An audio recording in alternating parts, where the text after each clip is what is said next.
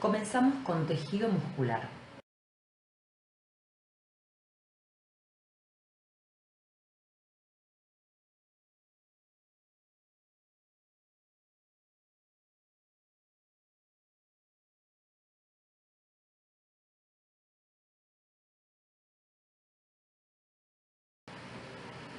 El tejido muscular, como ya hemos mencionado, es uno de los tejidos básicos.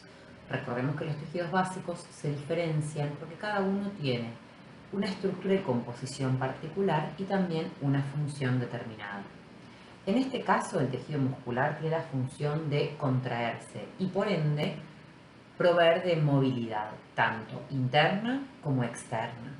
Externa, por ejemplo, mover el cuerpo, el desplazamiento. Interna, por ejemplo, el movimiento de los órganos. Con respecto a la formación del músculo, si bien lo vamos a ver en embriología, acá vamos a repasar el origen embriológico que tienen las fibras musculares. Las fibras musculares de las tres capas germinales, ectodermo, mesodermo y endodermo, se originan del mesodermo. Hay algunas excepciones que no vamos a abordar porque hay algún músculo que puede tener origen ectodérmico. En este caso vamos a abordar los músculos que se originan del mesodermo paraxial y del mesodermo lateral hoja esplácnica, ¿sí? El mesodermo paraxial, si recordábamos, originaba somitómeros que de la zona occipital hacia abajo daban somitas y en la zona cefálica daban neurómeros. Estas estructuras pueden dar distintos tejidos, pero entre ellos dan miotomas que van a originar mioblastos, es decir, células precursoras del músculo, y estos mioblastos, que inicialmente son estas células aisladas, se fusionan para dar células, en este caso, multinucleadas. En este caso, el músculo estriado esquelético, que es una célula multinucleada porque resulta de la función de muchos mioblastos. El mesodermo lateral, la hoja esplácnica, nos da específicamente el músculo del corazón, es decir, origina en la zona cefálica una placa cardiogénica que nos va a dar el miocardio. Ya vamos a ver en embriología que no es lo único que va a originar, pero ahora nos centramos en lo que es músculo. Esta misma hoja esplácnica, ya no en la zona cefálica, sino en la zona media y posterior del embrión, va a revestir al tubo digestivo y por ende va a dar el músculo liso de las vísceras.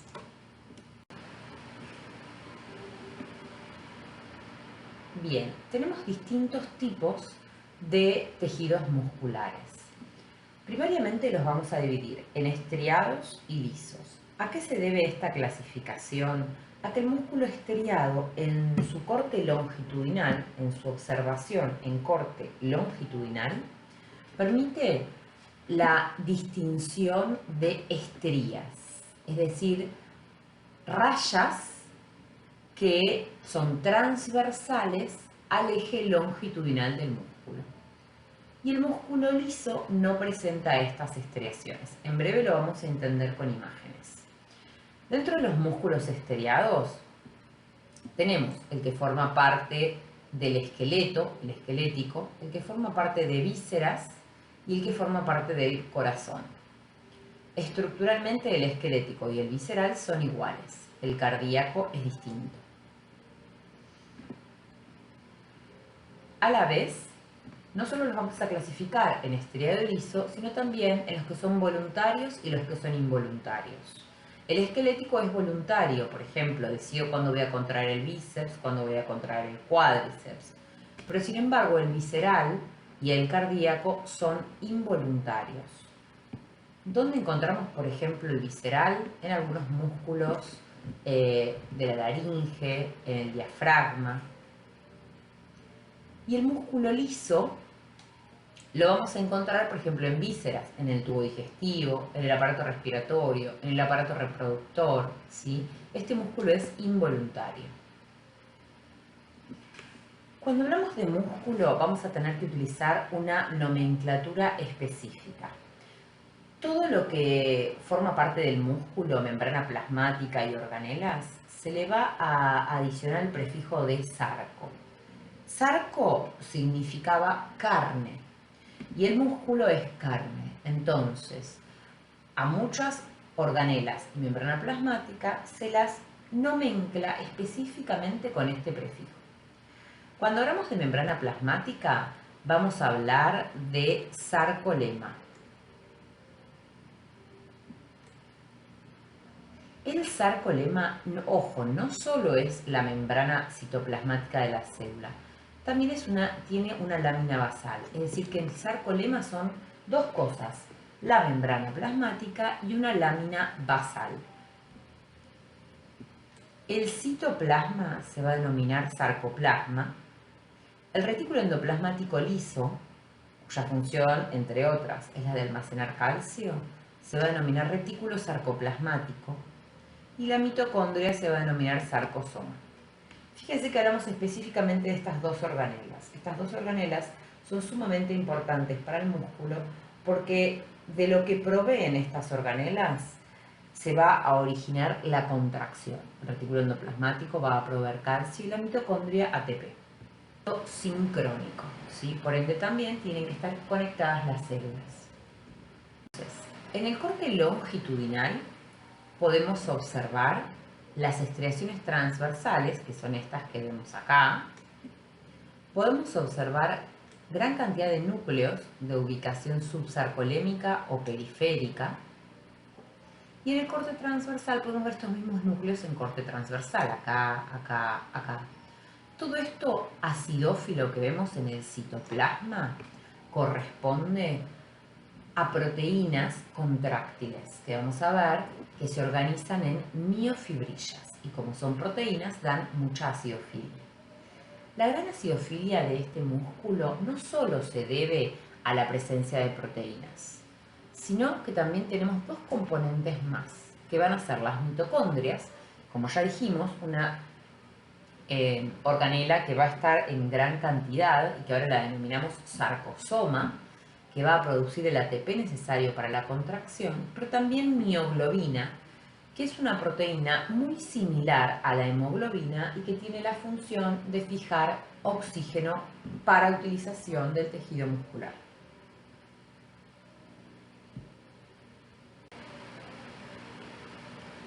En esta imagen podemos observar la organización de las células musculares en fascículos dentro del músculo. Todo esto es el músculo. El músculo está revestido de varias capas de conectivo. La más externa, que es un conectivo denso que reviste a todo el músculo, se va a denominar epimicio. Los fascículos musculares, es decir, los grupos de células musculares, que es esto que está acá, un fascículo, y cada una de estas es una célula, se va a denominar perimicio. Y a la vez cada una de estas células, acá tenemos un fascículo muscular. Acá sacamos una célula que dijimos que era cilíndrica y larga. Cada célula a la vez va a estar rodeada de un conectivo que se va a denominar endomicio. Estos son distintos revestimientos de conectivo de la célula, el fascículo y todo el músculo. Y esto le otorga al músculo una independencia en su movimiento, ¿sí? Es decir, individualizar el movimiento de los diferentes fascículos musculares y en menor medida de las células musculares, aunque por lo general las células pertenecientes a un fascículo suelen tener la misma dirección de contracción. Acá tenemos una célula muscular estriada, o visceral o esquelética. Dijimos que tenían la misma arquitectura. Dijimos que era una célula cilíndrica muy larga, por eso muchas veces tenía la denominación de fibra. ¿Sí? Acá tenemos una célula cilíndrica. Este es el sarcolema, es decir, la membrana plasmática más la lámina basal. Acá tenemos los núcleos de ubicación periférica. Y acá podemos ver todo el contenido interno de la célula. ¿Y qué tenemos? Acá vemos mitocondrias, pero todo el citoplasma está repleto de estas estructuras cilíndricas compactas que se denominan miofibrillas. Estas miofibrillas son muchas y ocupan todo el citoplasma de la célula. Se ubican en todo el citoplasma y recorren longitudinalmente al músculo. Esta miofibrilla es la estructura que se va a contraer. Si la célula tiene función contráctil, lógicamente, dentro de su citoplasma vamos a tener todas estas estructuras que son contráctiles. No voy a tener un gran desarrollo del retículo endoplasmático rugoso, porque esta no es una célula que va a producir y secretar proteínas. Esta es una célula contráctil. Entonces es lógico pensar que dentro del citoplasma vamos a tener muchísimas estructuras contráctiles, que son estas estructuras cilíndricas y compactas formadas por proteínas contráctiles, que se van a denominar miofibrillas. Entonces acá tenemos a la miofibrilla y acá la vemos a mayor aumento. Estas miofibrillas a la vez, cada vez vamos a ir desde lo más grande a lo más pequeño.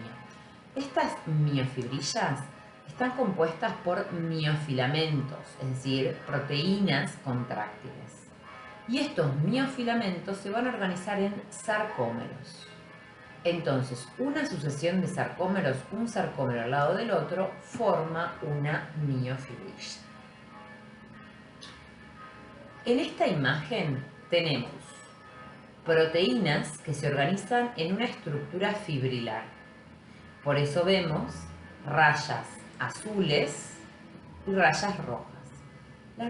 Las líneas azules ejemplifican a filamentos de actina.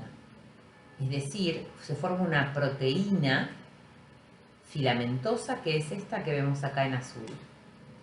Y en rojo podemos ver que otras proteínas forman este otro filamento contráctil, que van a ser miosinas. Entonces en rojo vamos a tener la miosina y en azul vamos a tener a la actina.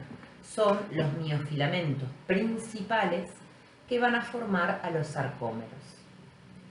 Pero bien, en breve vamos a empezar a profundizar en la conformación de este sarcómero y vamos a ver que no son las únicas proteínas que forman estos filamentos. De esta imagen, a la vez, podemos notar que un sarcómero va desde esta línea Z o disco Z, que es este zigzag que vemos acá en azul, hasta este otro. También podemos notar que estos filamentos en rojo se van a denominar banda oscura o banda A, y estos filamentos en azul se van a denominar banda clara o banda I. Vamos por este primero.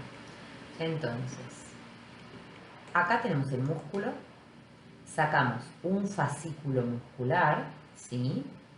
Y este es el músculo, sacamos un fascículo muscular, dentro de este fascículo tengo muchas células musculares. Agarro una célula muscular con muchos núcleos, este es el sarcolema, y dentro está totalmente ocupada por miofibrillas. Y cada miofibrilla es una sucesión de sarcómeros.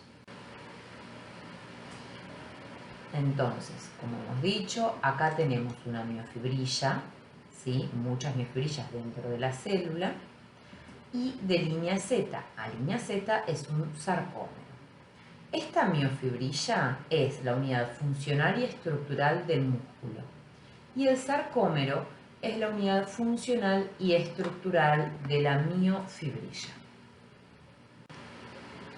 Acá tenemos un corte longitudinal de músculo estriado, donde podemos observar gran cantidad de núcleos de ubicación periférica o subsarcolémica. Podemos observar las estriaciones transversales y podemos observar tejido conectivo alrededor de la célula correspondiente al endomisio. Estas tres vainas de conectivo que vimos, endomisio, perimisio y epimisio, como dijimos, le permiten una cierta individualidad a este músculo estriado para moverse. No están presentes en todos los músculos. El músculo cardíaco y el músculo liso solo tienen endomisio, pero no tienen ni perimisio ni epimisio. Bien, vamos a tratar de entender cómo es la estructura del sarcómero y qué pasa cuando este sarcómero se contrae.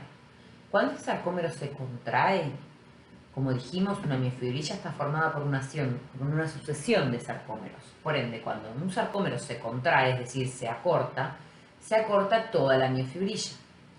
Al acortarse la miofibrilla, también se acortan todo el resto de miofibrillas de una misma célula, y por ende todas las células se terminan acortando. Esa es la contracción muscular. La contracción muscular, entonces, es cuando todas las células de un músculo se acortan.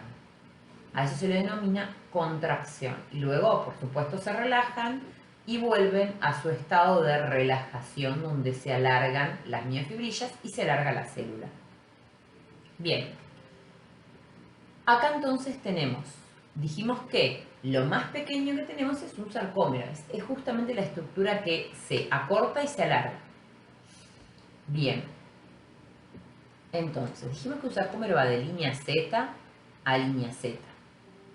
También dijimos que una banda A está formada por proteínas fibrilares de miosina 2 y la banda I, que son las líneas rojas, están formadas por filamentos finos, principalmente actina, pero vamos a ver que no es la única proteína.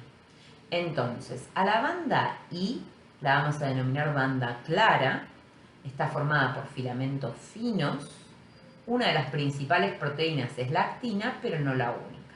Y la línea Z divide a la banda I a la mitad. Y la banda A o banda oscura está formada por filamentos gruesos de miosina 2. Esta perfecta disposición paralela de filamentos finos y gruesos se explica por la presencia, entre otras cosas, de proteínas accesorias que van a estar ubicadas en este sarcómero y en breve las vamos a ver. A la vez, dentro de la banda A vamos a tener una zona que es esta, que es la zona H, que va de acá a acá. Esta zona H no tiene cabezas de miosina. Esto que están acá son cabezas de miosina. Y esta zona no tiene cabezas de miosina. Hay muchas cosas que vamos a ir entendiendo a lo largo de la clase, así que tengan paciencia. En breve vamos a ver la estructura de la miosina y vamos a entender qué son esas cabezas, ¿sí? ¿Qué tenemos que entender de esta filmina? ¿Qué es lo que pasa cuando se contrae el sarcómero? Entonces, cuando se contrae el sarcómero, este disco Z y este disco Z se van a aproximar, van a ingresar para allá y para allá. Entonces, este filamento fino es traccionado, al igual que este otro, hacia el centro del sarcómero, como vemos acá. Fíjense que los filamentos finos fueron traccionados hacia el centro del sarcómero y por ende las líneas Z, si comparamos con estas de acá, se aproximaron. Es decir, que el sarcómero se acortó, ¿sí? A expensas de que disminuyó la banda I. Fíjense que acá la banda I es toda esta longitud y acá es más cortita. Disminuye la banda H, fíjense que acá la banda H va de acá a acá y acá es más pequeña, ¿sí? Y la banda A, que es esta, no se modifica, ¿sí? Simplemente la banda I, los filamentos finos, ingresan dentro de la banda A con sus filamentos gruesos. Habíamos visto que la miosina se une a la actina y tracciona de la actina hacia adentro. Para que la miosina pueda traccionar de la actina, tiene que unirse en un sitio de unión específico. Justamente esta troponina I lo que hace es inhibir esa unión. ¿Por qué? Porque la contracción no es algo continuo. El músculo se contrae y se relaja. En los momentos de relajación, esa troponina I va a estar bloqueando el sitio de unión para la miosina, justamente para que el músculo se pueda relajar. Cuando llegue el nuevo estímulo para la contracción, esa troponina I se va a correr de su lugar para la unión de la miosina y que la miosina pueda traccionar de la actina.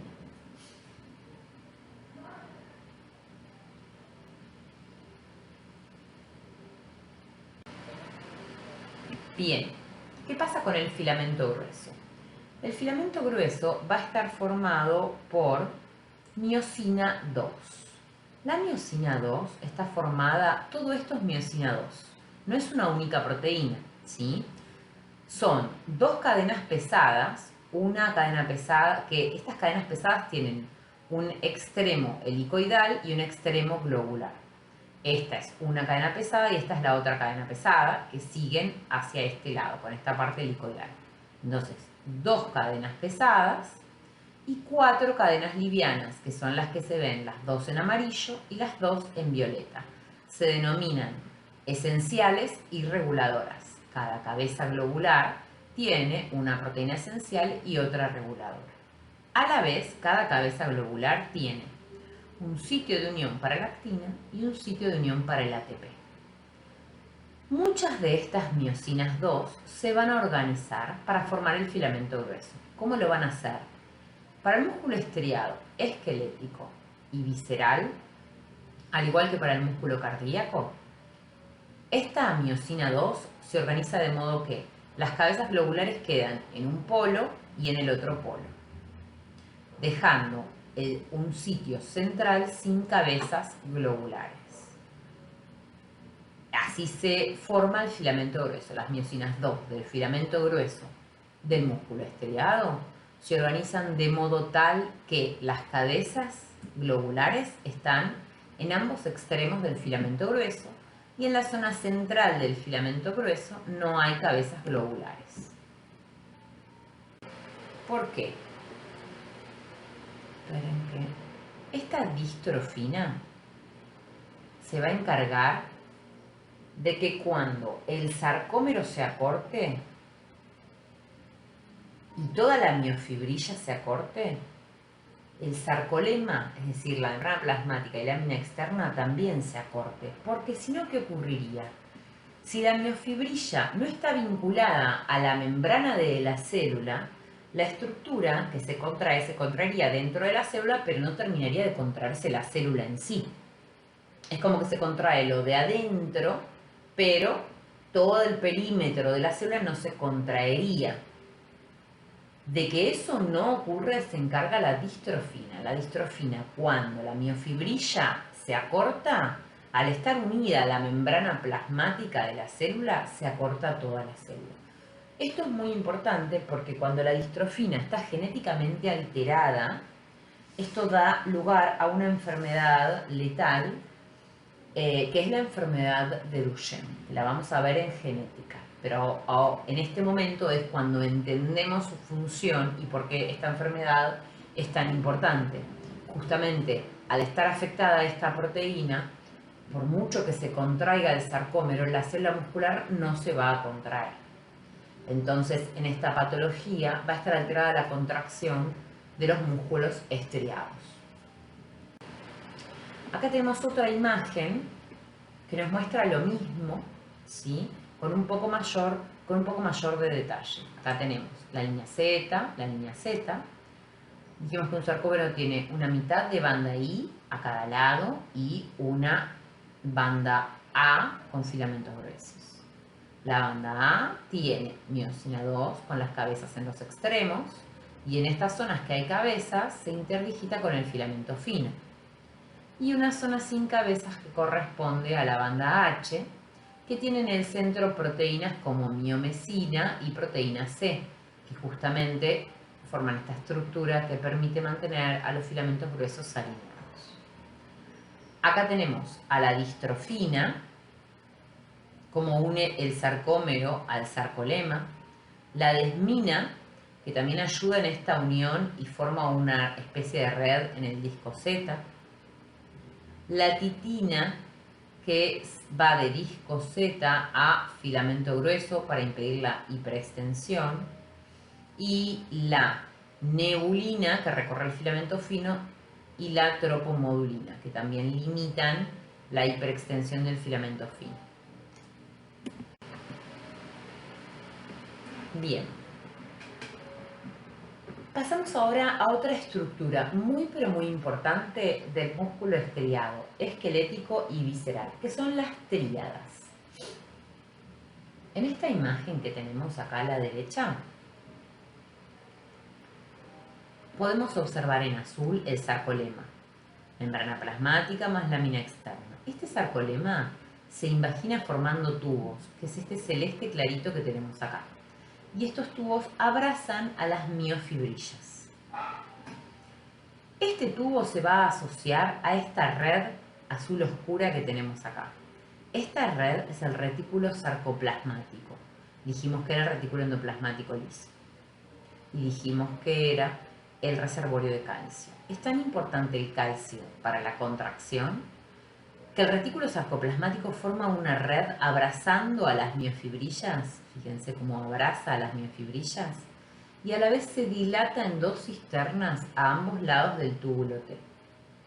Y en estas cisternas se va a acumular el calcio, que luego va a salir hacia las miofibrillas para la contracción. Entonces repasamos.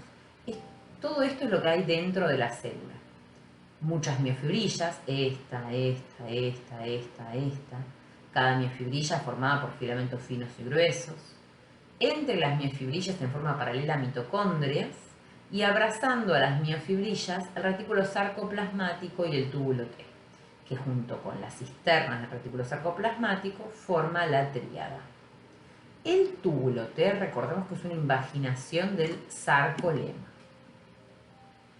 Este túbulo T tiene una función muy importante, que es llevar el estímulo para la contracción muscular en profundidad del músculo. Ahora vamos a ver cuál es ese estímulo. ¿Quién le dice al músculo que se tiene que contraer? Acá tenemos un sarcómero. ¿Por qué volvemos a ver el sarcómero? Porque tenemos que entender cómo se disponen estas tríadas en el sarcómero o en la célula. Entonces, acá tenemos el sarcolema, ¿sí?, que es la membrana plasmática, ¿sí?, que formaba los túbulos T. Y el retículo sarcoplasmático se dilata en cisternas a ambos lados. Entonces, la tríada se ubica en esta zona. Y esta zona es la unión entre la banda A y la banda I. Acá, esta zona es la unión banda A, banda I. Ahí se ubica el túbulo T con las dos cisternas. ¿Por qué hacemos hincapié en esto? Porque vamos a ver que para el músculo estriado, este túbulo T no se ubica en la unión entre la banda A y la banda I, sino que se va a ubicar sobre la línea o disco Z.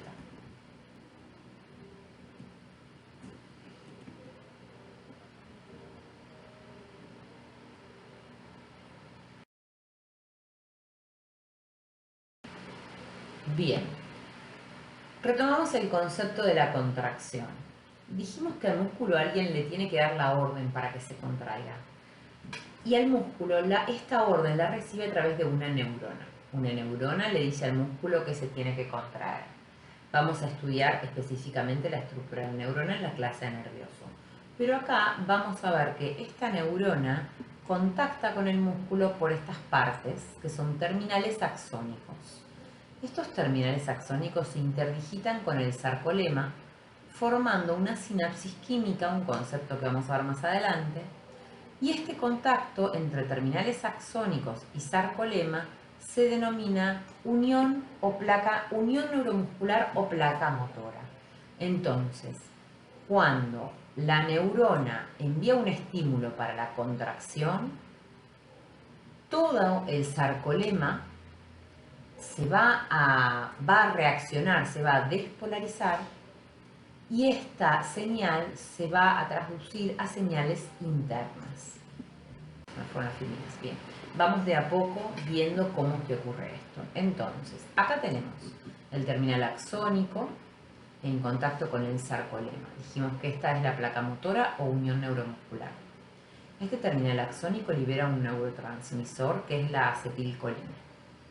La acetilcolina estimula sus receptores en el sarcolema.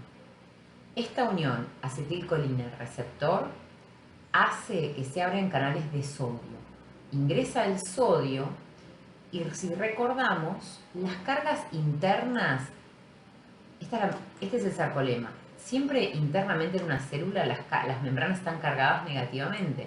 Entonces acá yo voy a tener cargas negativas.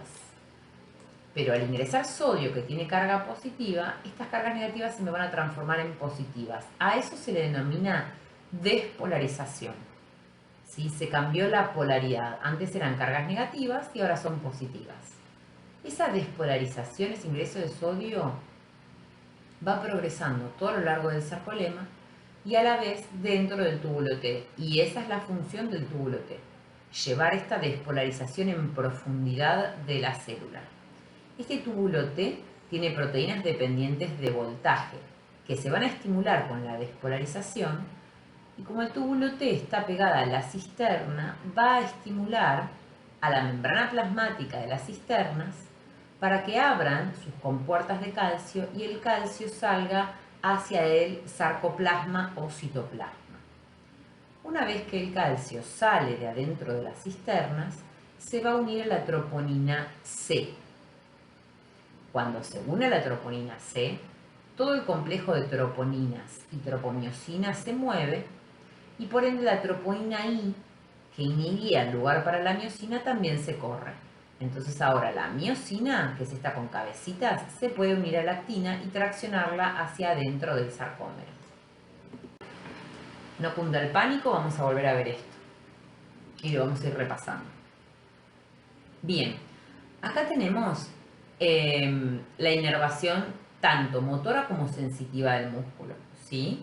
Que lo vamos a repasar también en nervioso. Dijimos que axones de neuronas que están en la médula llegan al músculo estriado para estimular al músculo para su contracción. Pero también hay axones neuronales, prolongaciones neuronales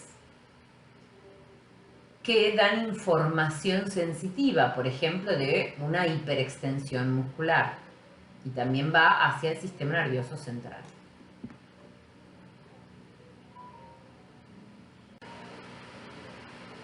Bien, retomamos el concepto de contracción entonces. Dijimos que la placa neuromuscular desencadena la contracción por la liberación de acetilcolina. Dijimos que la acetilcolina permitía el ingreso de sodio al sarcoplasma y eso generaba cargas positivas donde antes eran negativas. A esto lo denominábamos despolarización.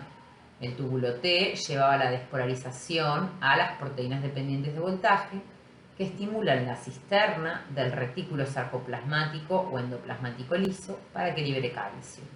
El calcio se une a la troponina C y la troponina I se corre del sitio de unión para la miosina. Y ahí la miosina, ¿sí?, puede agarrar a la actina y traccionarla hacia el centro del sarcómero. Acá lo vemos en forma animada. Entonces ocurre el estímulo, que es en la placa neuromuscular por la liberación de acetilcolina. Eso genera un ingreso de sodio, es decir, una despolarización. Esa despolarización viaja por el túbulo T, cuya función es justamente esa, llevar la despolarización hacia la cisterna del retículo sarcoplasmático.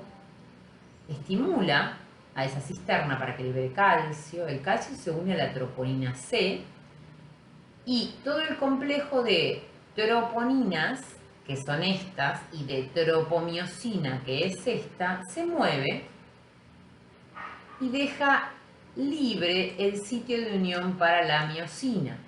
La miosina ahora se une y tracciona de la actina hacia el centro del sarcómero. De esa manera, los discos Z se acercan, el sarcómero se acorta, al acortarse los sarcómeros se acorta la miofibrilla y al acortarse la miofibrilla, como está anclada a la membrana plasmática o sarcolema, se acorta toda la célula y se acorta el músculo.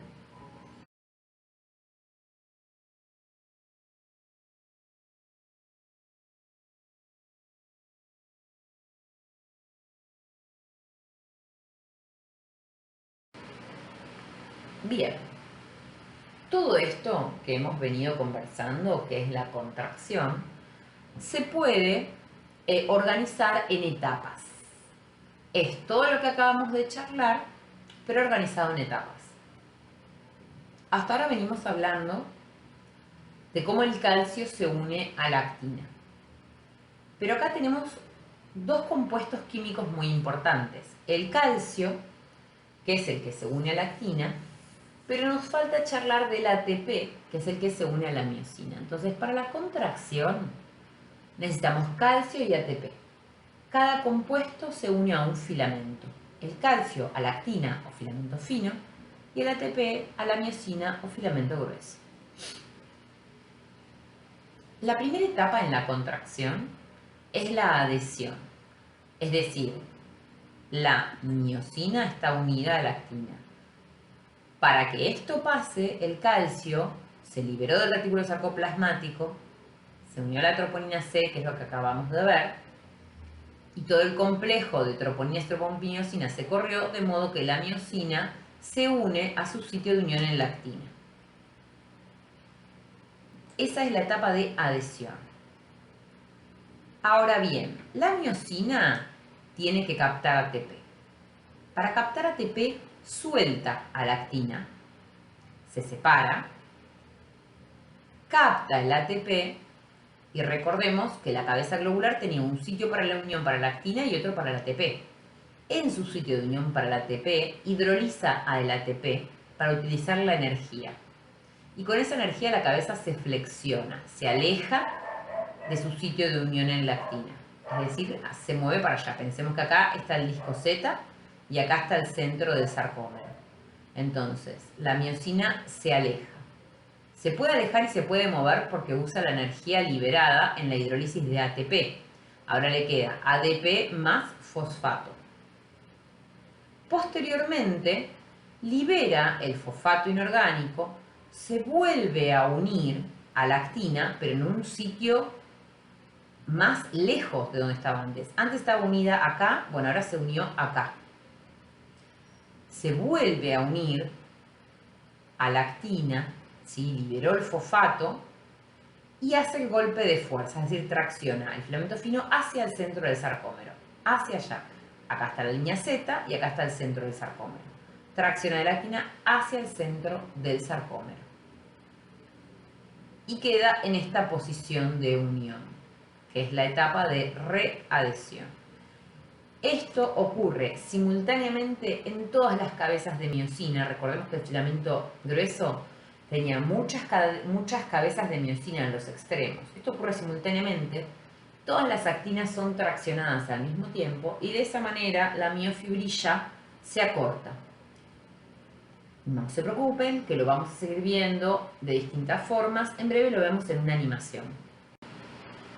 Entonces, repasamos nuevamente. La contracción inicia cuando el axón de la neurona de la placa neuromuscular libera acetilcolina, que está acá en estas vesículas. La acetilcolina se libera, estimula a sus receptores de la membrana plasmática del músculo o sarcolema,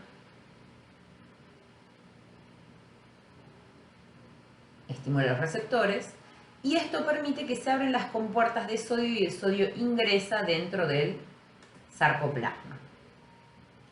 Al ingresar el sodio ocurre la despolarización de la membrana plasmática. Esa despolarización, repasamos, viajaba por el túbulo T y permitía que el calcio salga hacia el citoplasma. Acá tenemos todas las miofibrillas. Todas las miofibrillas, cada una formada por una sucesión de sarcómeros, ¿sí? Una miofibrilla, otra miofibrilla, todas formadas por una sucesión de sarcómeros, ¿sí? Y esta es la contracción, es decir, el sarcómero se acorta en forma simultánea en toda la miofibrilla y la miofibrilla se acorta y se acorta la célula. Esa es la contracción.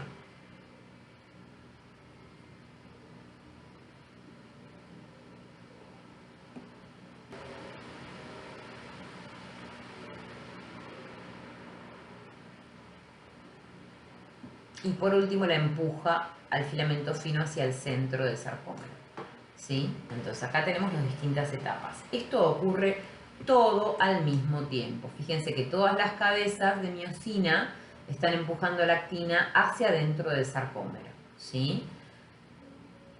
cada vez que la miosina se flexiona hacia atrás y luego tracciona de la actina, está hidrolizando ATP. Por ejemplo, fibras de movimientos finos, ¿sí? Como por ejemplo los de la mano, o por ejemplo fibras musculares, por ejemplo del bíceps. Hay muchas de este tipo en el bíceps, que es un músculo capaz que puede tener mucha fuerza a la hora de levantar peso, o glúteos, o cuádriceps, ¿sí? Y pueden hipertrofiarse y aumentar de tamaño. Y después tenemos las mejores fibras, podría decirse, que son un intermedio, que son las tipo 2A, que son glucolíticas, como estas, y son oxidativas, como estas. Son intermedias, tienen mioglobina y tienen mitocondrias en buena cantidad, tienen actividad ATPasa, tienen fuerza de contracción y contracción rápida y son resistentes al agotamiento. Estas, por ejemplo, son ideales en, por ejemplo, los maratonistas. ¿Por qué? Porque tienen fuerza y resisten el agotamiento. Es como que tienen lo mejor de la 1 y de la 2. Lógicamente, estos tres tipos de fibras están en la mayoría de los músculos, solo que en distinta proporción. Los músculos que mantienen la postura van a tener más tipo 1, por ejemplo, ¿sí? No solo distintos músculos tienen distinta proporción, sino que distintas etnias tienen distinta proporción, ¿sí? Por ejemplo, si alguno ve maratones, va a ver que los keniatas, por lo general ganan las maratones, y es porque tienen mayor proporción de fibras tipo 2A que otras etnias en el planeta, ¿sí? Esto lo van a ver a mayor detalle en fisiología. Nosotros simplemente mencionamos que hay distintos tipos de fibras musculares. Bien, ¿qué pasa con el músculo? ¿Cómo es el crecimiento y cómo es la regeneración? El crecimiento, obviamente en la vida prenatal el músculo crece, ¿sí? Pero en la vida postnatal va a ir creciendo durante la etapa de crecimiento, por ejemplo, de un niño. Entonces, las células musculares van a crecer en espesor, porque van a aumentar la cantidad de miofibrillas. ¿Sí? Espesor, van a aumentar la cantidad de miofibrillas. Y también van a crecer en longitud, ¿sí? Porque van a ir formándose nuevos sarcómeros. Además, también, luego de que ya pasó la etapa de crecimiento del niño y alcanza su tamaño muscular definitivo, el músculo estriado, esquelético y visceral ya no va a crecer ni en largo. El crecimiento va a estar dado por la hipertrofia, es decir, por el aumento del tamaño de la célula. El músculo no va a crecer por adición celular, sino por aumento de tamaño de la célula, que es lo que se denomina hipertrofia. Por ejemplo, cuando uno va al gimnasio y entrena brazos, el bíceps crece, pero no crece porque aumentó la cantidad de células que tiene el bíceps, sino porque cada célula aumentó su cantidad de miofibrillas, ¿sí? Su contenido proteico, y por eso aumentó de tamaño. La regeneración en el músculo estriado depende específicamente de células precursoras de los mioblastos, que son las células satélites. Las células satélites están pegadas a las células musculares, y cuando hay alguna lesión de la célula muscular, estas células proliferan, se fusionan a la célula, ¿sí? Y van generando nuevas células por fusión de mioblastos. Entonces, estas células satélites son precursoras de los mioblastos, ¿sí? Por lo general, la mayor parte de las lesiones del músculo, si no son lesiones extensivas, el músculo regenera a partir de estas células.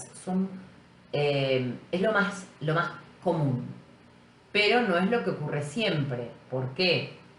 Porque si la lesión es extensiva, estas células satélites no alcanzan a regenerar el músculo, y en este caso la regeneración del músculo no se puede dar. Entonces lo que se genera es una cicatriz, tejido cicatrizal, es decir, tejido conectivo. Lo mismo que pasaba con la lesión de un epitelio, ¿sí? Lógicamente el conectivo no tiene función contráctil, entonces queda una zona de fibrosis en el músculo.